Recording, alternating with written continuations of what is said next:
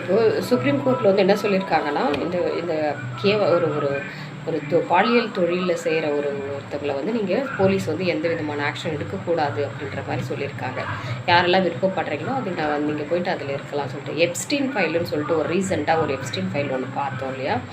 கொடூரம் அப்படியே உலகத்தையும் நெடுங்க வைக்கிற ஒரு கேவலமான எப்ஸ்டீன் ஃபைல் வந்து எப்ஸ்டீனுடைய ஆக்டிவிட்டீஸை நம்ம பார்த்தோம். ஸோ அது நம்ம இந்தியாவுக்கு வரக்கூடாது, சரிங்களா? அதுக்கு எந்த அளவுக்கு நம்ம வந்து வால் ஆஃப் டிஃபென்ஸ் எந்த அளவுக்கு அதுக்கு தடை பண்ணணுமோ, எந்த அளவுக்கு லாவெல்லாம் ஸ்ட்ராங் பண்ணணுமோ அந்த அளவுக்கு லா வச்சு அதை ஸ்ட்ராங் பண்ணணும். அதில் முதல் வந்து இந்த சுப்ரீம் கோர்ட்டில் போட்டிருக்கிற ஜட்ஜ்மெண்ட்டு. ஸோ அந்த ஜட்ஜ்மெண்ட்டுக்கு எதிராக தான் வந்து லாயர்ஸ் விமன் லாயர் அசோசியேஷன் வந்து ஏதோ ஒரு கன்சர்ன் வந்து ரைஸ் பண்ணுறதாகவும், அது வந்து அதுக்கான ஒரு மீட்டப்போ அந்த டிஸ்கஷன் அதை பற்றின ஒரு ரிவ்யூவும் அந்த டிஸ்கஷன் வந்து லாயர்ஸ் கொடுப்பாங்க அப்படின்னு சொல்லிட்டு நான் கேள்விப்பட்டேன். அது எந்த அளவுக்கு உண்மைன்னு தெரியல எனக்கு.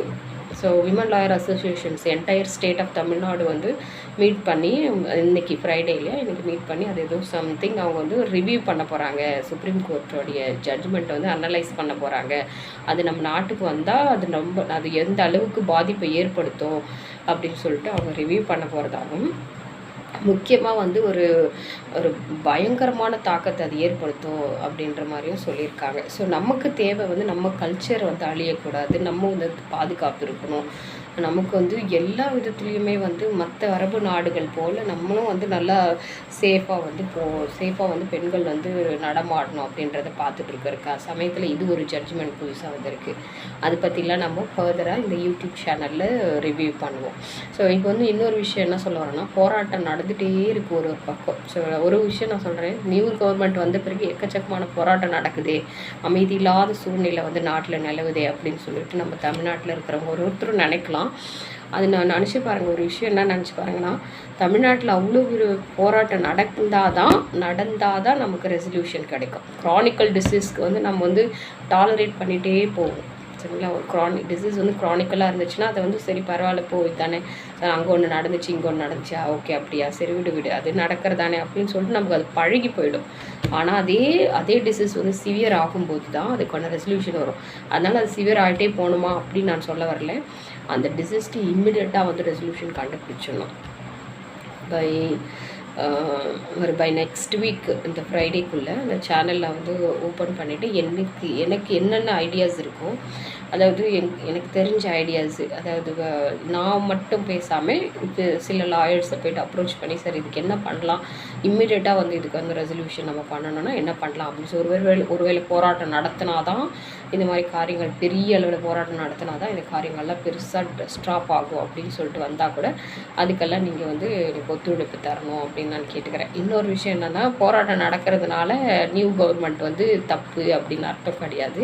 நிறைய விஷயங்களுக்கு வந்து ரெசல்யூஷன் கிடைக்கிறதுக்கான ஒரு லேண்ட்மார்க்காக நீங்கள் எடுத்துக்கிட்டு நியூ கவர்மெண்ட்டை வந்து ப்ளேம் பண்ணாமல், அதை பற்றின ஒரு தவறான புரிதல் எடுத்துக்கொள்ளாமல் மக்கள் வந்து இதுக்கு எப்படி ரெசல்யூஷன் கண்டுபிடிக்கணும் அப்படின்றதில் வந்து கான்சன்ட்ரேஷன் பண்ணுங்கள். இப்போது ஒருத்தங்க சிஎம் மட்டும்தான் தமிழ்நாட்டு வந்து எல்லாத்துக்கும் பார்க்கணும், வந்து 10 கோடி மக்கள் இருக்காங்களாம், 10 கோடி மக்கள் பிரச்சனையை வந்து சிஎம் மட்டும் தான் பார்க்கணும், மினிஸ்டர்ஸ் மட்டும் தான் பார்க்கணும்னு இல்லை.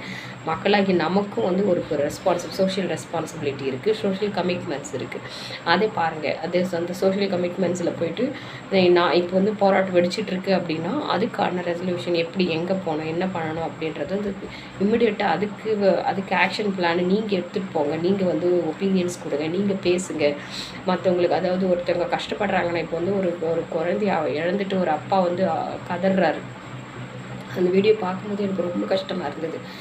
நெருப்புன்னு சொன்னால் சுடும் இல்லையா, பொண்ணுன்னு சொன்னால் அவனுக்கு வந்து தைரியம், அதாவது பொண்ணை தொட்டால் மரணம் அப்படின்ற ஒரு ஜட்ஜ்மெண்ட் ஏன்டா நீங்கள் கொண்டு வரல, என் குழந்தைய இழந்துட்டு நான் நிற்கிறேனே அப்படின்னு சொல்லிட்டு கதறாரு. அது பார்க்கும்போது எனக்கு ரொம்ப மனசு அப்படியே இருதயமே அப்படி மாறி ஆயிடுச்சு எனக்கு.